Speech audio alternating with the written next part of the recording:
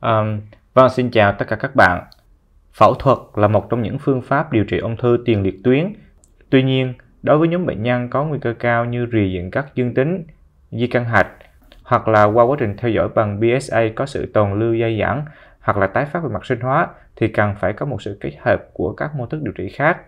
Hôm nay chúng ta sẽ được bác sĩ Karen Wall, là bác sĩ xạ trị ung thư chuyên về tiết niệu và sinh dục tại Trung tâm ung thư Foster trình bày về vai trò của xạ trị trong điều trị bổ trợ và cứu vớt trong bối cảnh ung thư tiền liệt tuyến sau phẫu thuật. Mời các bạn cùng lắng nghe. Thank you guys so much for having me. Like he said, I'm Karen Wong. I'm one of the radiation oncologists specializing in GU at Fox Chase, and I'm happy to speak to you today about adjuvant versus salvage radiation therapy.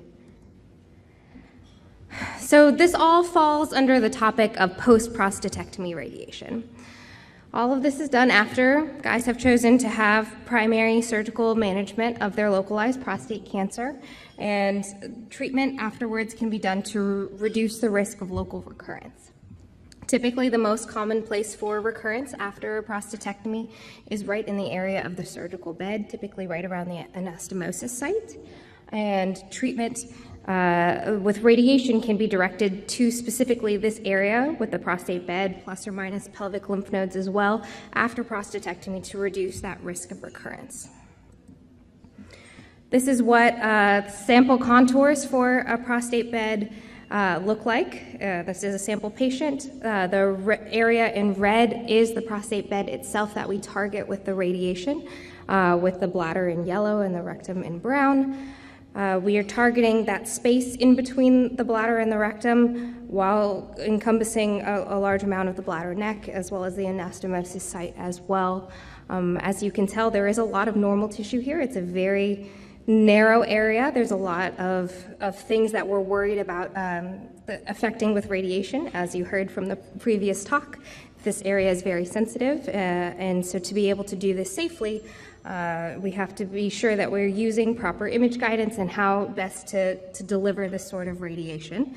Typically, it's done in a very conventional, slow and steady sort of way that's done over something like 7 weeks of radiation with daily treatment Monday through Friday, or something like 34 total treatments. So talking about adjuvant versus salvage, what does this actually mean? Adjuvant treatment is typically given post-op radiation based off of the pathologic findings at time of surgery, regardless of the PSA. It is typically given very soon after surgery with enough time given for healing, so typically about 4 to 6 months post-op. Salvage treatment is done in reaction to recurrent PSA with biochemical recurrence, or maybe potentially persistent PSA after surgery. And typically, historically, this was done years following a prostatectomy, as we could see that PSA continuing to climb and climb before getting started with these sorts of treatments. Biochemical recurrence is what we consider a significant rise in PSA after prostatectomy. The standard Phoenix definition of biochemical recurrence is typically a PSA of 0.2 nanograms per milliliter. That's thought to be significant enough to indicate the potential for residual prostate cancer still in the patient. But at the time that this was decided on as the consensus, the lowest detectable PSA was 0.2 nanograms per milliliter. So is this still applicable in a time where we have ultrasensitive PSAs and we can catch this a little bit sooner?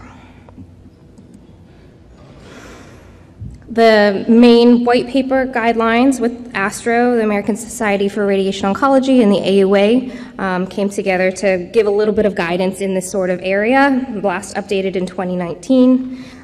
With recommendations to offer adjuvant radiation to patients with more locally advanced disease, such as seminal vesicle invasion, positive surgical margins, or extraprostatic extension, and offering salvage radiation to patients with local recurrence or biochemically recurrent disease with no evidence of metastatic disease, plus or minus the option of hormonal therapy in patients with salvage radiation, and we'll get into that a little bit more later. But even though this is the recommendation in practice, this doesn't always get followed, particularly for adjuvant patients. You know, fewer than 10% of patients with higher risk of features do actually go on to receive adjuvant radiation, and even salvage treatment adoption rates are somewhat lower than we would like them to be. So older adjuvant trials looked at intervening based off of pathologic findings versus continuing to watch these patients. These are the three main trials that established this as a treatment of choice.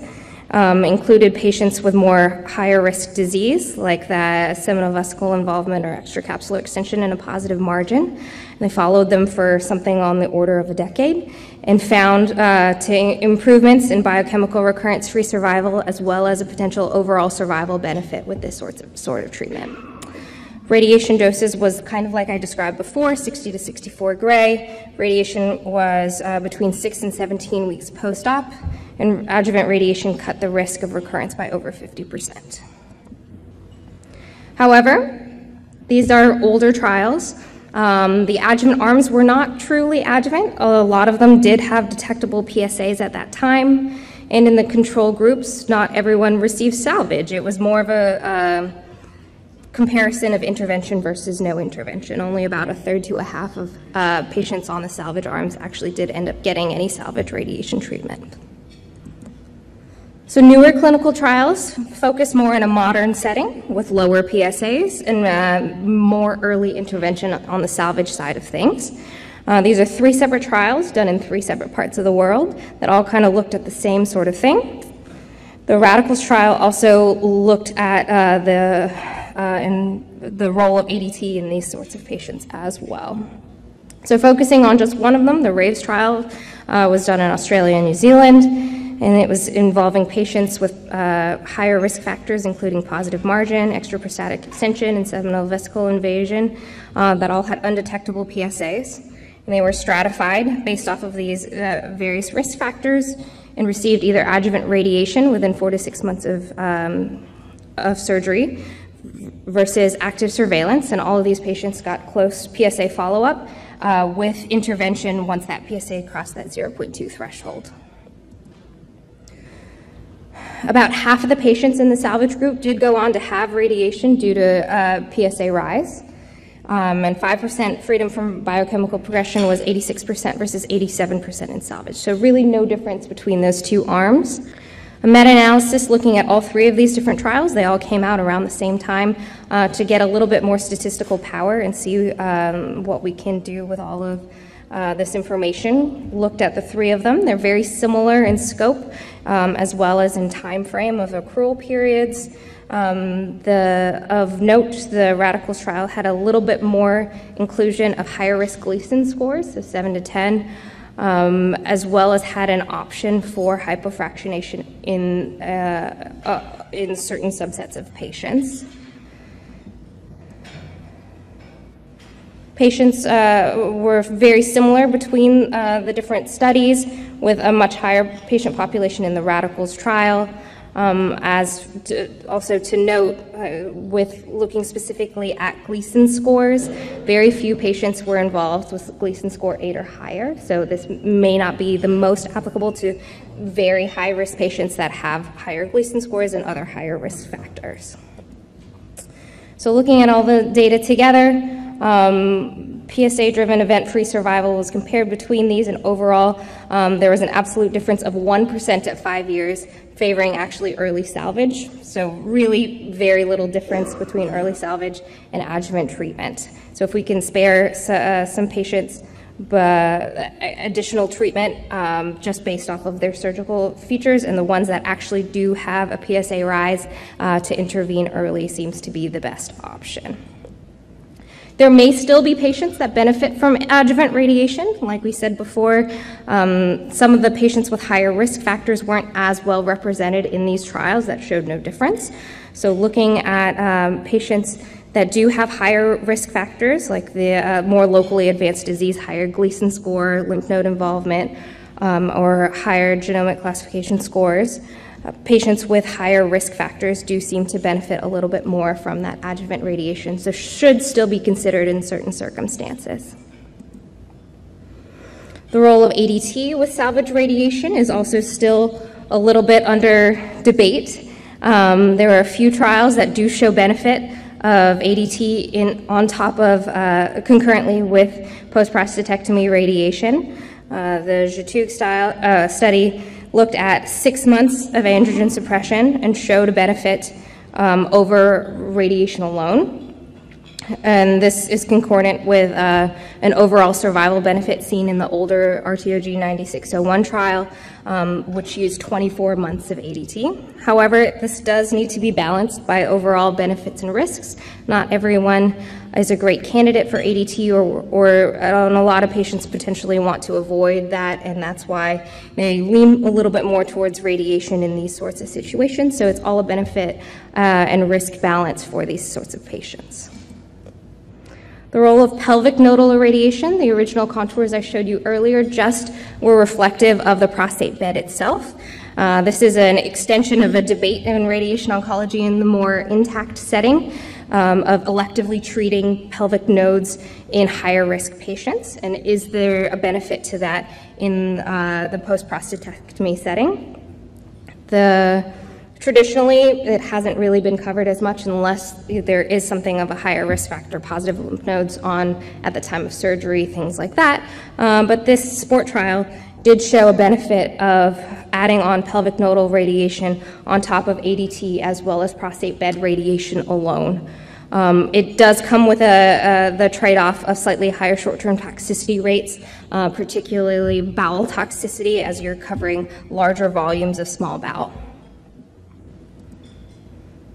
Future directions, talking about hypofractionation, like I talked about before, that's an area that hasn't really been used very much in a post-prostatectomy setting. That's giving more radiation with each fraction to get you through a course of radiation faster, so it can decrease treatment times and make things a lot more convenient for patients.